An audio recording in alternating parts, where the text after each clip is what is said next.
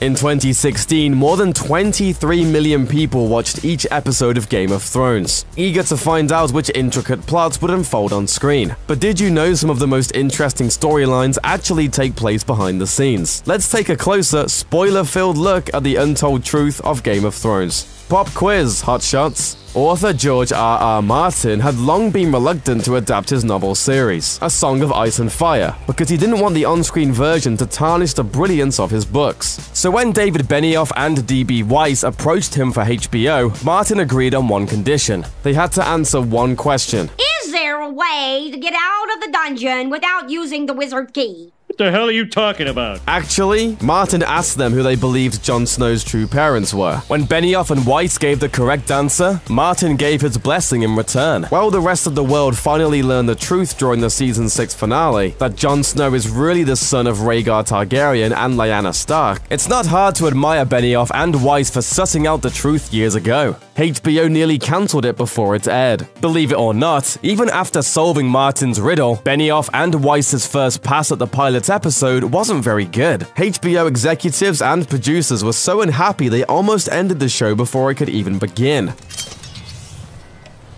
In an interview, D.B. Weiss explained that, after watching it, one of the HBO head honchos put it bluntly, "You guys have a massive problem. The script was rewritten, about 90% of the pilot was reshot with a new director, and the showrunners also made major changes to the cast. The role of Daenerys Targaryen was recast, substituting Emilia Clarke for actress Tamsin Merchant. Catelyn Stark was recast too, bringing in Michelle Fairley for Jennifer Ale. The original pilot has to date never aired, and that's a shame for plenty of reasons." George R.R. Martin explained that he had a cameo during Daenerys' wedding scene. It was, sad to say, left on the cutting room floor. "I was a Pentoshi nobleman in the background, wearing a gigantic hat."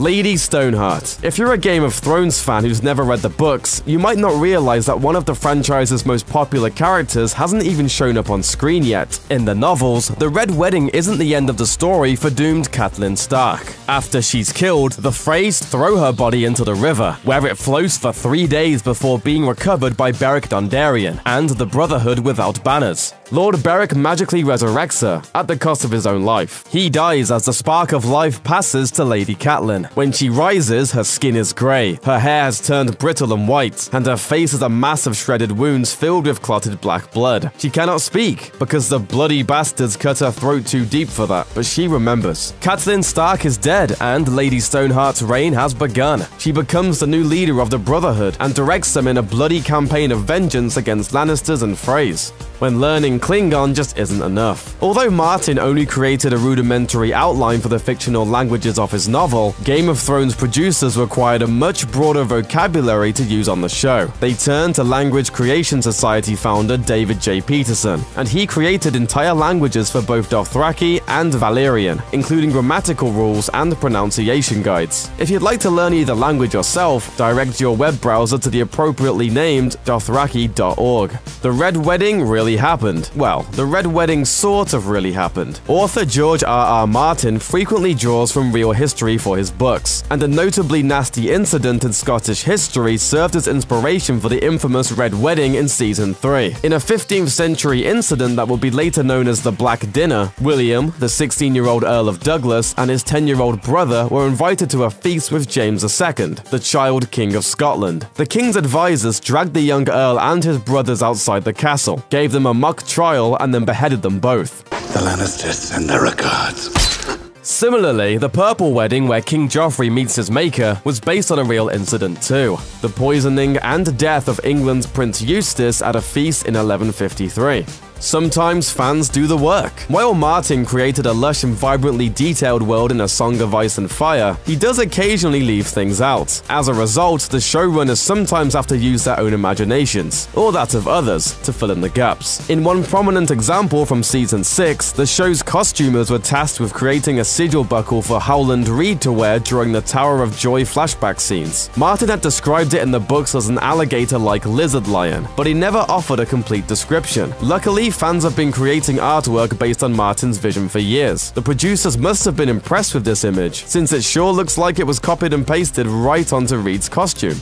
horsepower, and bodybuilding. In Season 6, during the breathtaking cavalry charge of the Battle of the Bastards, Jon Snow stands alone on the battlefield as Ramsay Bolton and Umber horsemen ride toward him at breakneck speed, but Snow's army suddenly rushes up behind him, igniting one of the show's most impressive battle scenes. If you thought it had to be green screen trickery, however, you were wrong. The showrunners revealed in a behind-the-scenes video that those were dozens of real live horses charging Harrington at full gallop. Until the last minute, I was stood there facing off against this cavalry charge, which is really scary.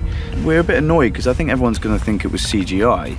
And it wasn't. So now we know about the horses, but how did producers create that impressive pile of bodies on the battlefield during the battle? The video reveals that all the bodies were actually life-size dummies, not computer-generated fakery. The crew acquired hundreds of mannequins, dressed them in appropriate House Umber and House Bolton armor, then coated them in mud and fake blood and piled them in a gigantic heap. Even the dead horses among the men are dummies equipped with saddles. Now that's attention to detail. Happy ending for Lady.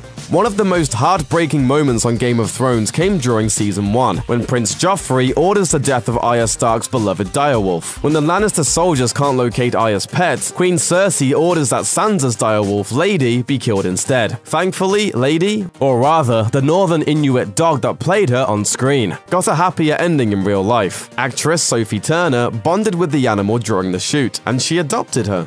More than meets the eye. In A Song of Ice and Fire, Daenerys Targaryen and her brother Viserys have purple eyes, and Game of Thrones showrunners planned for them to have them on the show as well. Unfortunately, the purple contacts affected actress Emilia Clarke so badly that producers decided to ditch the contacts and reshoot the scenes with her natural baby blues. And that's not the only eye-opening tale from the set. Arya Stark is blinded during her training with the Faceless Men, and in order to accurately portray the role, actress Maisie Williams wore completely opaque 16mm thick contact lenses for her speaking scenes, and a pair with only a pinhole in the center during fight scenes.